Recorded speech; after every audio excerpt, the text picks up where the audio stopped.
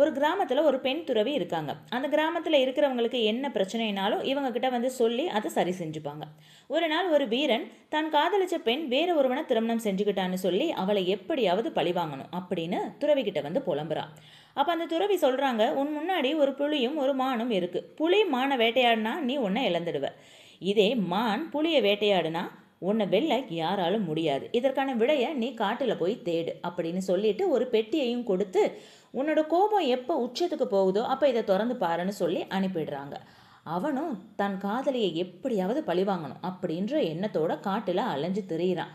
அந்த புதிருக்கான விடையும் அவனுக்கு தெரியலை. அவனோட கோபம் உச்சத்துக்கே போயிடுது. அப்போ அந்த பெட்டியை திறந்து பார்க்குறான். அதில் ஒரு முகம் பார்க்குற கண்ணாடி இருந்துச்சு.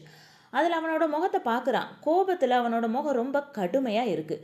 கொஞ்ச நேரம் உத்து அவன் முகத்தையே பார்த்துட்டு இருந்தான். அப்போது நிலா வெளிச்சத்தில் அவனோட முகம் திடீர் சாந்தமாக மாறுறத உணர்றான். அப்போ தான் அவனுக்கு ஒன்று புரியுது. கோபம்ன்ற புலி அமைதியான மனம்ன்ற மானை வேட்டையாடுனா நான் என்ன இழந்துருவேன். இதே அமைதியான மனம்ன்ற மான் கோபம்ன்ற புலியை வேட்டையாடுனா என்ன வெல்ல யாராலும் முடியாது. இதுதான் அந்த புதிருக்கான அர்த்தம் அப்படின்னு அவனுக்கு புரிஞ்சிச்சு. அவனது பழிவாங்கும் எண்ணமும் தவறு என்றும் புரிந்தது. இக்கதையின் மூலம் நாம் அறிவது என்ன? நம்ம வாழ்க்கையில் நடக்கிற நமக்கு பிடிக்காத விஷயங்கள்லேருந்து நம்ம மீண்டு வரணுமே தவிர அதற்கு காரணமானவங்களை பழிவாங்கணும் அப்படின்னு நினைக்கிறது முற்றிலும் தவறு. இந்த கதை உங்களுக்கு பிடிச்சிருந்துச்சுன்னா please subscribe, like and share. Thank you.